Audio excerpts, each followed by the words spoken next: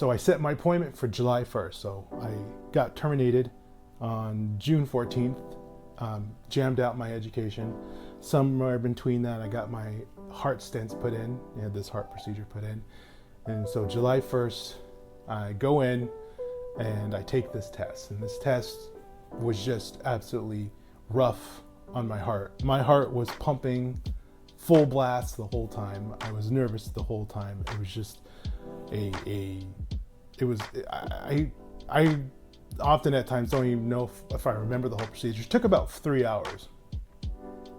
And so I was in there and I took the two tests. I took the state test, it's the state test, and then there's the national test. And I had this little trick of how I can determine how well I would do, and maybe I'll make a video on that for anybody who's interested in taking your test. I had a little trick to determine how well I can do, because there's a percentage that you can either, you have to either pass or fail. And so I have a trick. I'll talk about that some other time.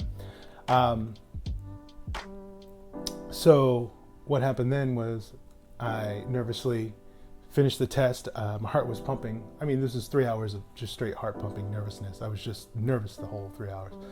And so I go out and I walk out to the lady, and they give you these sheets of paper, and it's like a bunch of stuff, and you don't really know what you're looking at, right? So the first thing when anybody takes the test, that they just want to know if they pass or fail.